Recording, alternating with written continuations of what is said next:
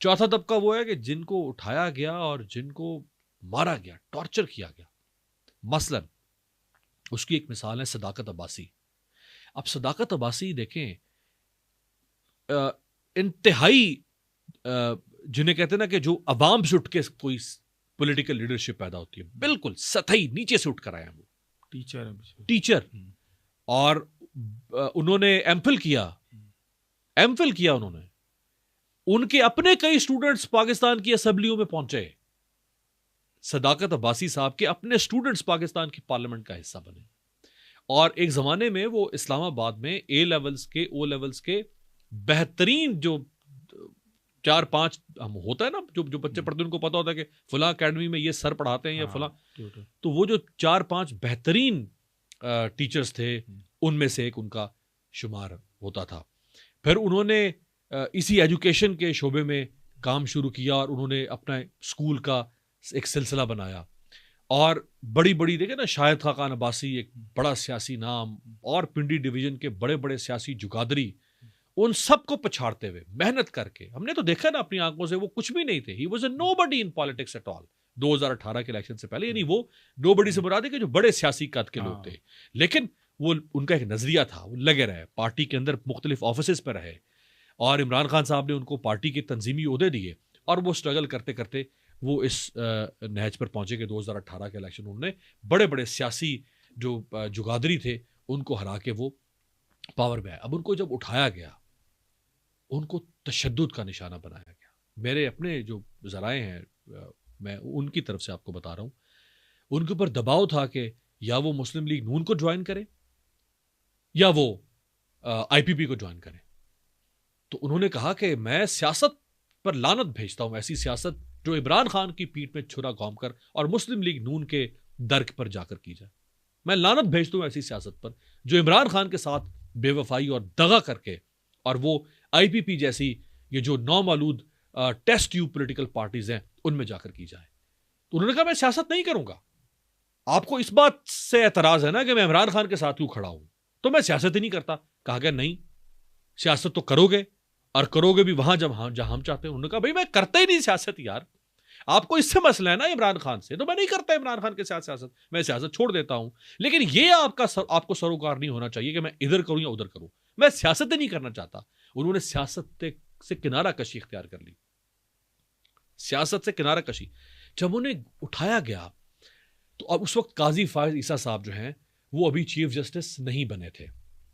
तो जब उनको उठाया गया और उनको जो जिस तशद्दुद का निशाना बनाया गया, जो उनके ऊपर वायलेंस हुआ है, जो टॉर्चर हुआ है, जिस तरह आप अबू गरीब जेल की कहानियां सुनते हैं, जिस तरह आप ग्वांतानामो बे जेल की कहानियां सुनते हैं, जिस तरह आप अकूबत खानों की कहानियां सुनते हैं, जैसे ईरान में शाह ऑफ ईरान ने ईवान जेल बनाई थी, जिस जेल में आज भी अगर आप जाएं तो जिस तरह वो तशद्दुद करता था शाह अपने मुखालिफिन की, और सावाक जिस तरह तशद्दुद करती थी, वो तशद्दुद उन्होंने वहां मुख्तलिफ मुजस्समों की सूरत में कैदियों को लिटा के दिखाया हुआ है कि इनको, और जिस कैफियत के साथ तशद्दुद किया जाता था वो सारा उन्होंने वहां पे अमली सूरत में उसको स्केच करके रखा हुआ है।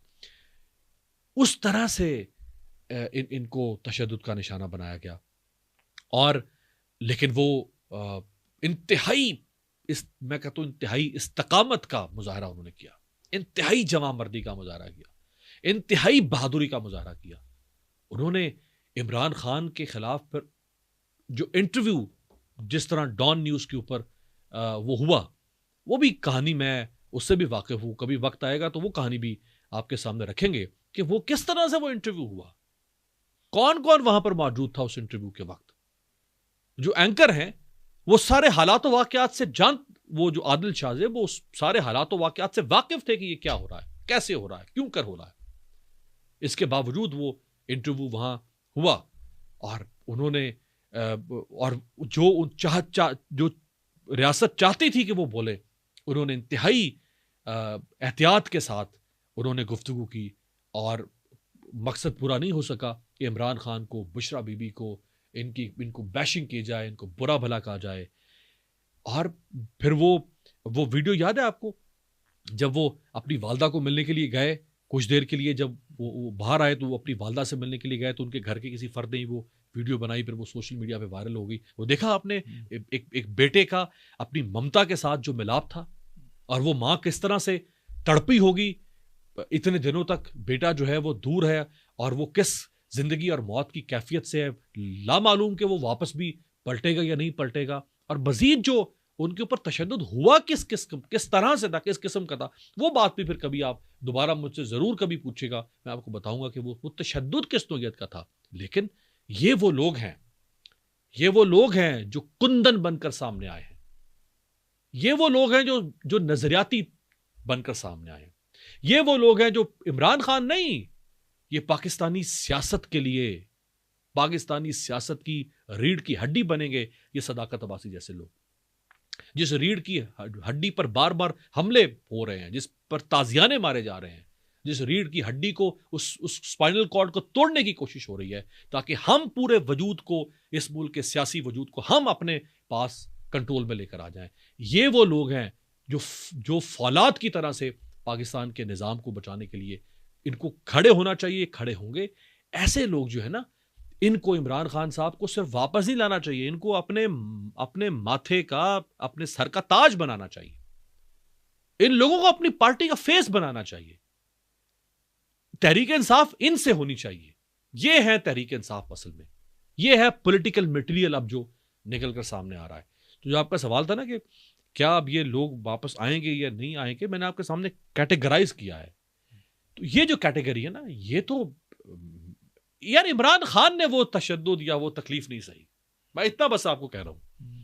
ये बहुत सारी जो इन लोगों ने सही है, सदाकत अब्बासी जैसे लोगों ने, वो तो शायद बहुत सारी बातें सर उनके इल्म में भी शायद ना हो। बिल्कुल सारी बात है, वो तो अंदर है ना, उनके इल्म में तो बहुत सारी बातें, एक कम्युनिकेशन गैप है।